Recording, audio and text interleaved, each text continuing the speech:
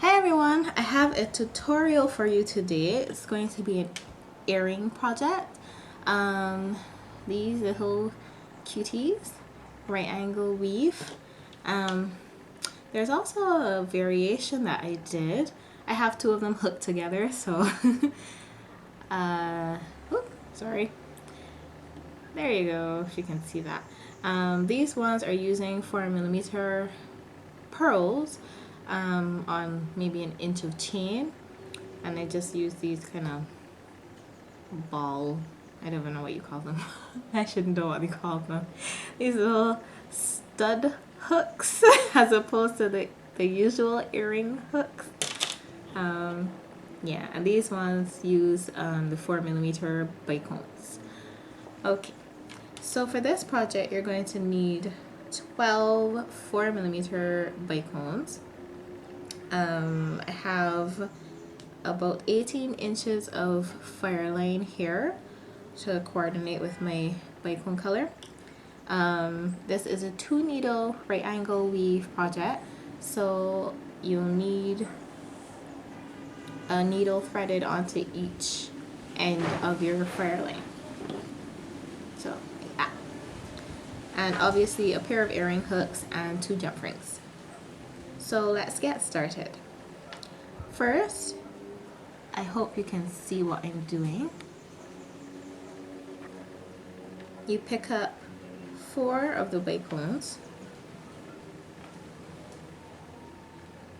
with 1 needle, slide those down, and take your other needle and go through the very last bead that you threaded from the opposite side of where your other needle is exiting. Now that may sound a little confusing, but your right needle is coming from the right side through to the left side, so you can see it here, and your left needle is going to be going from the left side through to the right side. So you're going to end up with a needle exiting both ends of that one bead. Okay? So I'm just going to zoom in a bit so you can see that a little bit better. There you go. Now it's a little difficult to work in this tiny space here, so I will try my best to stay centered. Okay, so I want to get my bicone, in the center of my thread. So I just put my needles together and I slide the beads down. Oops, I just almost pulled my thread out of the needle. So holding the thread in the needle, you just tug on your beads until they're centered on your thread. And you'll see they form this little circle shape. Okay, so then you pick up 1 bicone with your right needle, 1 bicone with your left needle, and let those slide down. I'm going to zoom out a bit so you can kind of see a little bit better what I'm doing, and then I'll zoom back in and let you see what it looks like close up. Slide those down your thread, and then you pick up 1 more bicone with your right needle and you cross that again. So I like to stick my needle in the mat, it just makes it a little bit easier to work with. Stick your right needle in the mat, you take your left needle and you cross it through the left side of that same bicone. So again, you have needles exiting both ends of one bead. And you just pull it and it forms another little circle of beads. Oops, sorry.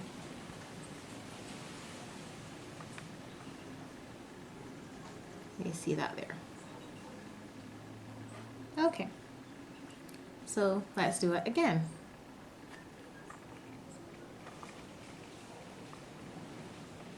I hope I'm not making you dizzy zooming in and out.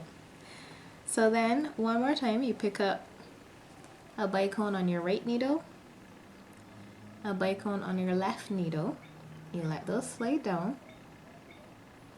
You pick up one more bicone with your right needle, and you cross that left needle through that very last bicone that you picked up on your right needle. A right angle weave can confuse some people. Some people pick it up very quickly, but it is a little bit difficult for a lot of people to learn. So don't fear if you don't pick it up straight away, you will get it eventually. It just takes a little practice, you know, it takes a little time to get it. All right, so now you have 3 circles of bicones. So for your very last one, if you counted your beads out ahead of time, you realize you only have 2 bicones left. You continue the same way you've been doing. Pick up 1 bicone on your right, 1 bicone on your left. But this time, instead of crossing through a separate another bicone that you're picking up, you cross through the very center bicone on the first circle of beads. So your thread is exiting over this side. You want to cross through on the opposite side.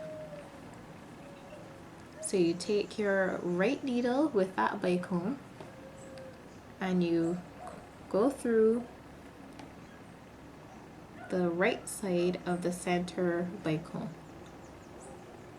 And you take your left needle with the bicone that you just picked up and you just go through the left side of that center bicone and you pull them. So when you pull, something miraculous happens. It forms a very cute little beaded bead. So now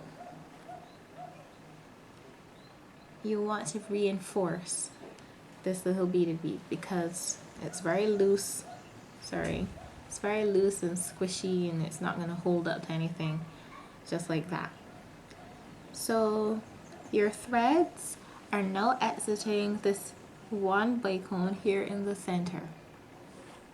If you look closely at your bicones around the sides of your cube, you'll notice there's no thread connecting these 4 bicones along the side or on the opposite side. So you want to run your needle through those 4 bicones to connect them. So you take your right needle and you just run through those side bicones. So you 1, 2,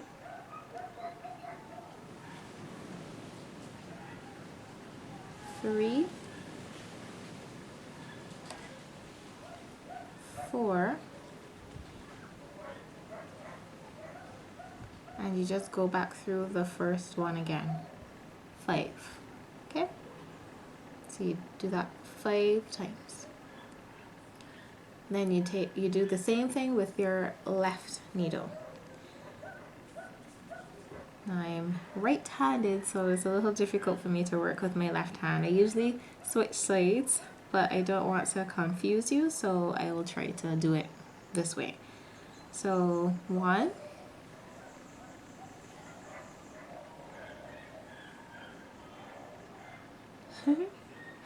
2. Okay, that is not working. So let me just do it with my right hand. So that was 1 just now. This is 2, 3, 4,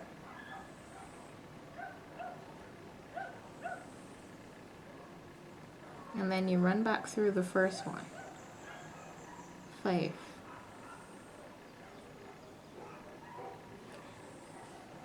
But you'll notice your earring is still a little squishy and can be bent out of shape very easily, because look at that, doesn't look very attractive, does it? When you pull it tight, it kind of springs back into the shape that you want it again. So what you need to do now is just reinforce each of the sides of this little beaded bead.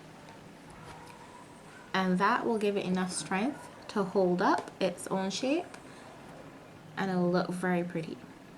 So I'm just going to run through really quickly each side and then just make some half hitch knots, and you're pretty much done. And then I'll just show you how to finish it off. So I will be right back when I do that. Okay, so I've reinforced each side of my beaded bead. Basically just took both of the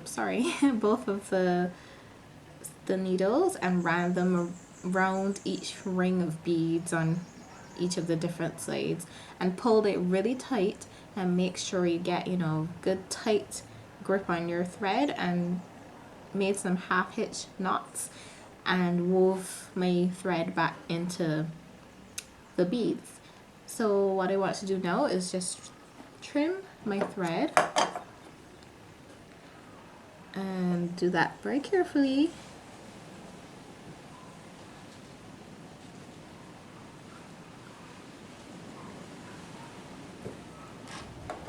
And I'm going to show you how I attach my earring hook. So for that, I'm going to take my jump ring and just pry it open. And this is a fairly large jump ring. This is about a 6.5 millimeter jump ring or so. You don't want the really tiny ones, and I'm going to show you why in a minute. So just open that up, and you open it up fairly, you know, pretty wide. And because I have such a tight, you know, I have this pulled so tightly, it may be a little difficult to work with at first. But what you want to do is try to get the jump ring through a couple of the beads underneath a thread, and there you go. And that wasn't too hard, that one. But you want to make sure it is underneath at least a couple, oh sorry, I'm shaking the camera, underneath a couple of the threads, or so it has a nice firm grasp on your beaded bead. And while that's open, you take an earring hook and you just slip it on. If you were doing this version with the chain, obviously while your jump ring was open, you would just slip your chain on here and then close it back, and then you can attach your earring hook to the chain. So take a pair of pliers and you just, make sure you close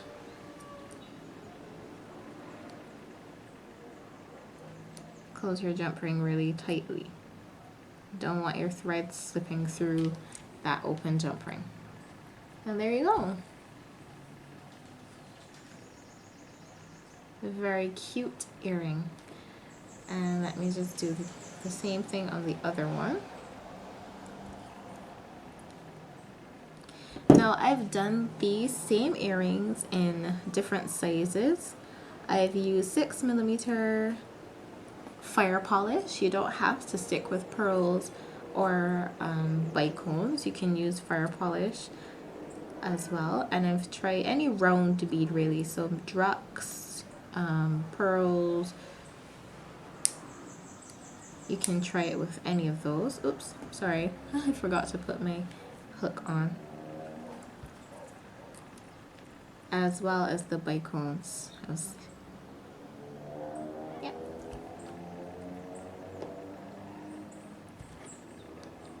And with the 6 millimeter bicones or fur polish, because it's bigger, you have to really reinforce that a lot more. So you have to pull it really tight and probably reinforce it a bit more than you would have to with the 4mm beads that you're using here. Thank you so much for watching. I hope you enjoyed this project. Share with me your comments. Like us, like our page on Facebook. It's called Beads and Bobs. And subscribe to our channel if you enjoyed this video. Bye bye.